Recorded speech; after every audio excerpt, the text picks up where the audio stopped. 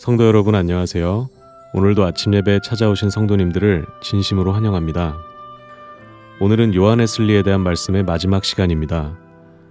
어떤 기별이 요한 웨슬리의 마음과 생애를 변화시키고 영국 전역을 돌아다니며 복음을 전하게 만들었을까요?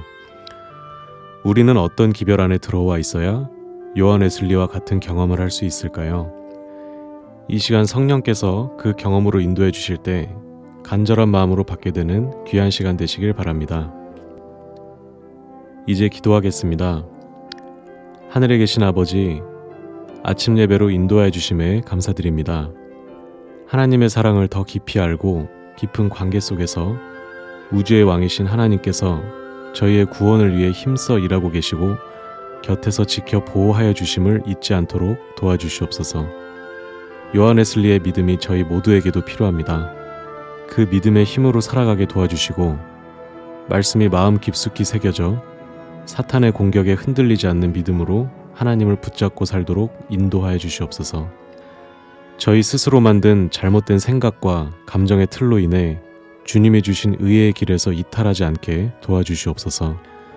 사탄이 주는 거짓 복음에 속지 않게 도와주셔서 주께서 재림하시는 날까지 진리 안에서 감사와 충성으로 살아가게 인도하여 주시옵소서. 오늘도 권면해 주시는 목사님께 성령께서 함께해 주시옵고 말씀을 듣는 모든 성도들이 주님의 말씀에 순종하는 생애를 살 수 있도록 역사하여 주시옵소서. 예수님의 이름으로 기도드립니다. 아멘. 오늘도 목사님께서 특별한 말씀을 준비해 주셨습니다. 함께 묵상할 제목은 요한 웨슬리는 이 복음 때문에 출교당했다 3부입니다. 이제 목사님께서 권면의 말씀을 전해주시겠습니다. 안녕하십니까? 오늘은 요한 웨슬러에 대한 마지막 묵상 시간입니다. 성도 여러분, 내 생각, 내 경험이 하나님의 말씀과 다를 때 우리가 어떻게 해야 할까요? 절대 하나님의 말씀을 무시하면 안 됩니다. 주의 말씀과 내 경험이 다르면 주님께 나가 말씀과 일치하지 않는 내 경험이 무엇이 문제인지 가르쳐 달라고 구해야 합니다. 이 시간 성령께서 우리를 낮춰주셔서 참된 의의 경험으로 인도해 주시길 간절히 바랍니다. 자, 18세기 영국의 교회들은 그런데 이 웨슬러의 복음을 이해하지 못한 것입니다. 그래서 그들은 빛을 거절했습니다. 그들은 자신들이 기존에 만들어뒀던 틀에서 단 한 발자국도 빠져나오려고 하지 않았어요. 이것이 매 시대마다 반복되는 문제입니다. 매 시대마다 교회들은 그들이 만들어온 틀에서 한 발자국도 벗어나지 않으려고 했습니다. 그래서 빛이 올 때마다 계속해서 거절하는 역사가 반복되었습니다. 이 웨슬러 시대, 그 시대의 목사들은요, 웨슬러의 설교를 이런 말로 배척했습니다. 누가 죄를 이길 수 있는가? 누가 승리할 수 있는가? 누가 거룩해질 수 있는가? 누가 하나님의 거룩한 말씀에 순종할 수 있는가? 누가 세상을 이길 수 있는가? 인간은 타락한 본성 속에서 살기 때문에 단 한 줌의 거룩함도 가질 수 없다. 인간은 끊임없이 유혹받고 끊임없이 죄 속에서 살아가게 된다. 구원은 오직 은혜로 받는 것이다. 성도 여러분, 이 글에서 무엇이 문제인지 보아야 합니다. 무엇이 문제입니까? 순간마다 도와주시고 순간마다 붙잡아 주시면서 인도하시는 성령의 은혜를 놓친 것입니다. 그래서 모든 것이 불가능하게 보인 것입니다. 내 속에서 성령께서 어떻게 역사하시는지 모르면 이런 거짓 복음에서 빠져나올 수 없는 것입니다. 성도 여러분, 가지가 포도나무에 붙어 있을 때 가지 속에 무엇이 들어옵니까? 생명이 들어옵니다. 가지가 썩은 상태로 원가지에 포도나무에 그냥 붙어있기만 하는 것이 아니에요. 붙어있으면 바로 생명이 흘러들어오게 되는 것입니다. 이것이 성경의 기별입니다. 이 생명을 모르면 거짓 복음으로 들어가게 되는 것이죠. 18세기의 교회들은 웨슬러의 설교를 막기 위해서 계속해서 이 말을 반복했습니다. 그것은 이것입니다. 구원은 오직 믿음으로 은혜로만 받는다. 구원은 시작부터 끝까지 그리스도에 의해서만 이루어진다. 맞는 말이죠. 멋있는 말입니다. 만일 이고도에 다른 복음을 전하는 사람이 있다면 그는 율법주의자이며 복음에 대하여 무지한 자이다. 이 부분에 문제가 있는 것입니다. 구원은 믿음과 은혜로 이루어집니다. 그러나 우리가 정말 주님을 믿고 주님께서 흘린 피의 은혜를 정말 아는 사람이라면 어떻게 될까요? 주님께 모든 것을 바치고 순종의 길을 걷게 된다는 것입니다. 이것은 열매입니다. 이것이 바울이 말한 넘침의 은혜입니다. 넘침의 은혜. 성도 여러분, 죄를 고집하는 사람들은 결코 하나님의 나라를 받지 못합니다. 그것이 성경의 기별이죠. 고린도전서 6장 9절입니다. 너희는 불의를 행하고 속이는구나. 불의한 자가 하나님의 나라를 유업으로 받지 못할 줄을 알지 못하느냐. 죄와 불의를 고집하는 사람들 누구나 하나님의 나라를 받지 못한다는 것이 성경의 진리입니다. 죄에서 떨어져야 합니다. 죄를 붙잡고 불순종 고집하는 거 위험합니다. 하나님께 전적으로 감사하고 충성하십시오. 그것이 구원의 길입니다. 요한일서 3장 7절입니다. 의를 행하는 자는 그의 의로우심과 같이 의롭고 죄를 짓는 자는 마귀에게 속하나니. 얼마나 분명합니까? 진리는 애매하지 않습니다. 바울은 1세기에 초대교회에 모여든 이방인들에게 또 진리를 선포합니다. 이 진리를 잘 들어보세요. 고린도전서 6장 9절 10절입니다. 미혹을 받지 말라. 음란하는 자나 우상숭배자나 간음하는 자나 탐색하는 자나 남색하는 자나 도적이나 탐남하는 자나 술 취한 자나 후욕하는 자나 토색하는 자들은 하나님의 나라를 유업으로 받지 못하리라. 지금 바울이 무엇을 말하죠? 미혹을 받지 말라 그랬습니다. 이때도 음란해도 우상숭배도 어느 정도까지는 인정해 줄 거야 하는 이 거짓 복음이 초대교회에 계속 들어왔던 것입니다. 그래서 바울이 나서서 미혹받지 말라. 누구든지 우상숭배하고 간음하고 이런 죄들을 범하고 이걸 고집하는 자들은 하나님의 나라를 유업으로 받지 못할 거야 하고 딱 선을 그어버린 것입니다. 그리고 나서 11절에서 바울은 구원의 길이 무엇인지 소개합니다. 11절입니다. 고린도전서 6장 11절. 너희 중에 이와 같은 자들이 있더니, 이와 같은 자들이 누군가요? 과거에 우상을 섬기던 자들, 과거에 음란과 죄에 빠져서 살았던 자들이 있더니 주 예수 그리스도의 이름과 우리 하나님의 성령 안에서 씻음과 거룩함과 의롭다 하심을 얻었느니라. 구원이 무엇입니까? 주 예수의 이름으로 3가지를 받는 것입니다. 그것이 무엇인가요? 성령 안에서, 하나님의 성령 안에서 씻음과 거룩함과 의롭다 하심을 얻는 것입니다. 마음에서 이루어지는 경험입니다. 죄가 씻어지는 경험입니다. 성도 여러분, 세상 죄를 지고 가는 어린 양께 다 맡기십시오. 그래야만 마음과 생활이 씻겨지고 죄로부터 돌아서게 되고 하나님께 거룩함과 의롭다 하심을 받게 되는 것입니다. 성도 여러분, 이 복음은 내 마음 속에서 이루어지는 경험입니다. 간절함을 갖고 나가는 자들은 다 이 경험 속으로 들어가게 되어 있습니다. 18세기 교회들이 요한 웨슬로와 그를 따르는 이 성도들을 어떻게 대했을까요? 그들은 요한 웨슬로와 그의 성도들을 놀렸습니다. 어떻게 놀렸어요? 메소디스트, 방법론자들이라고 놀렸죠. 이것이 나중에 감리교회 이름으로 붙여졌습니다. 한국어로는 감리교회지만 영어로는 뭐예요? 메소디스트, 방법론자들, 그런 거예요. 감리교회가 조롱하는 뜻입니다. 요한 웨슬러의 복음을 그들은 이런 말로 조롱했습니다. 그들의 조롱을 들어보세요. 은혜를 무시하고 순종과 성화라는 방법을 통해서 구원 얻으려고 하는 인간적인 방법을 말하는 것인가? 십자가에서 구원이 완전하게 이루어졌고 십자가의 은혜를 믿는 성도들은 이미 구원받았는데 구원받는 경험과 단계와 열매라는 방법을 말하고 있는가? 물론 성화는 좋고 열매도 좋은 것이다. 그러나 그것은 구원과 영생의 조건은 아니다. 죄를 버리거나 버리지 않는 문제는 구원과 상관없다. 왜냐하면 구원은 은혜로 받기 때문이다. 혹시 이런 말이 그럴듯하게 들리는 분들이 계십니까? 그런 분들은 아직 성경의 복음이 무엇인지 모르는 것입니다. 결국 웨슬리는 더 이상 영국 교회에서 설교할 수 없게 되었습니다.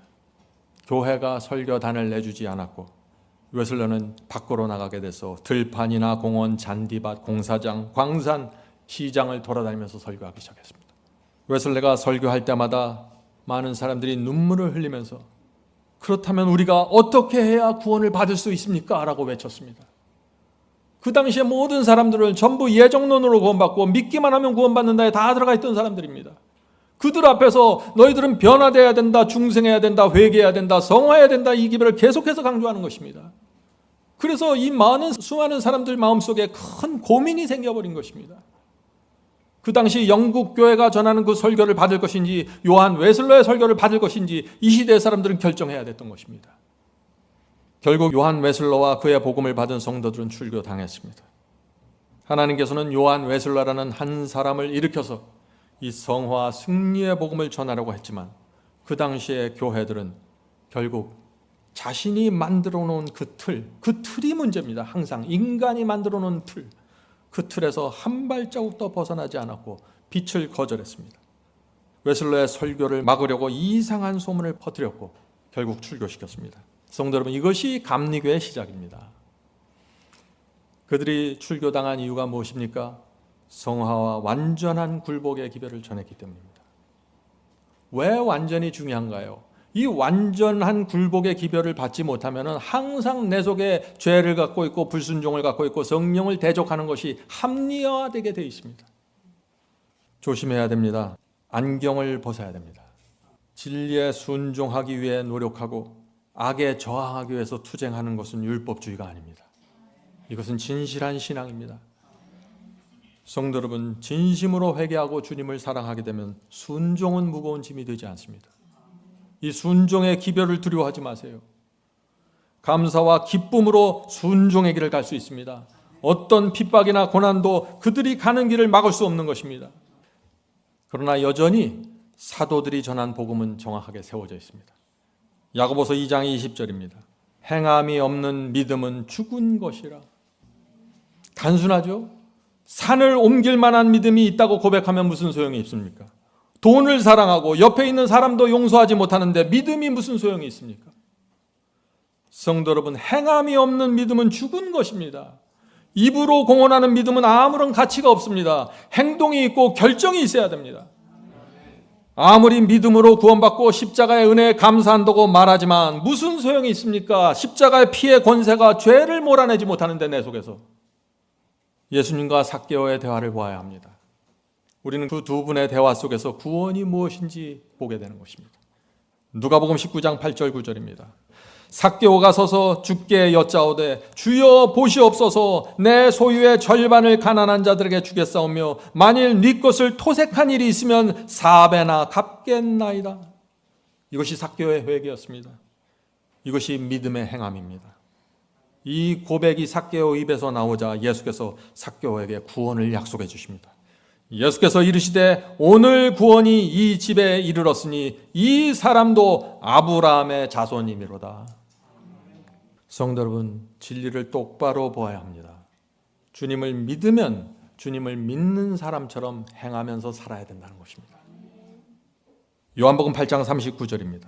바리새인들이 대답하여 이르되 우리 아버지는 아브라함이라 하니. 바리새인들이 우리 조상은 아브라함이라고 지금 주장하는 것이죠. 그런데 예수께서 이렇게 대답하십니다. 예수께서 이르시되 너희가 아브라함의 자손이면 아브라함이 행한 일을 할 것이거늘. 예수께서 행함을 요구하십니다. 아브라함의 자손이면 아브라함이 행한 일을 너희도 하게 될 거야. 아브라함이 이삭을 바치러 간 모리아 산까지 가라는 말씀이죠. 요한에서 2장 6절입니다.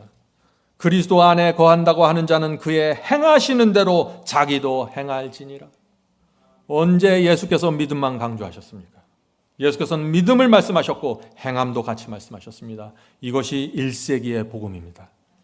자, 사도 바울의 경고를 들어봅시다. 사도 바울은 이렇게 경고합니다. 디모데전서 6장 3절부터 5절 킹제임스 성경입니다. 누구든지 다르게 가르치며, 누구든지 성경과 다르게 가르치면 다른 영입니다.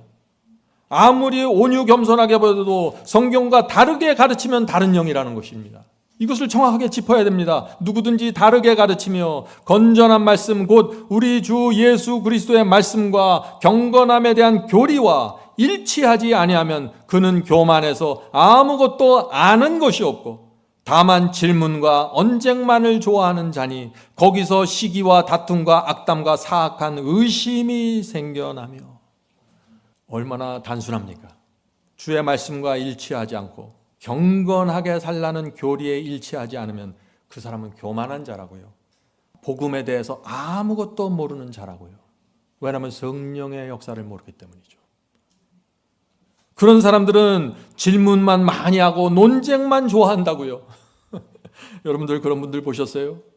전 성경을 가르칠 때 많이 봅니다. 성경절이 분명하게 제시됐고 진리가 분명하게 증거되었는데 계속해서 질문하면서 뭔가 찾아내려고 했습니다. 뭔가 문제가 있다는 것이죠. 왜 그럴까요? 그 진리가 내 마음에 들지 않았기 때문입니다. 자신이 정해놓은 틀에서 벗어나고 싶지 않다는 것이죠. 성도 여러분, 진리를 두려워하지 마십시오. 성경은 내적인 거룩함과 외적인 거룩함을 함께 요구합니다. 마음만 회개하는 것이 아니라 겉모습도 회개가 드러나야 됩니다. 입은 옷에서, 내가 말하는 언어에서, 살아가는 모습에서 회개가 드러나야 하는 것입니다. 이것이 자연스러운 것입니다. 내 마음속에 그것이 채워졌는데 그것을 어떻게 감출 수 있나요? 나올 수밖에 없는 것이죠. 성도 여러분, 이 속사람과 겉사람이 함께 변화되어야 된다는 이 복음을 두려워하지 마십시오. 많은 사람들이 이 복음을 두려워합니다.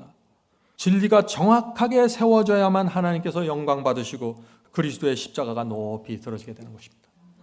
자, 이제 말씀을 마칩니다. 성도 여러분, 이 거룩함의 기별은요, 이 시대에 꺼져가고 있습니다.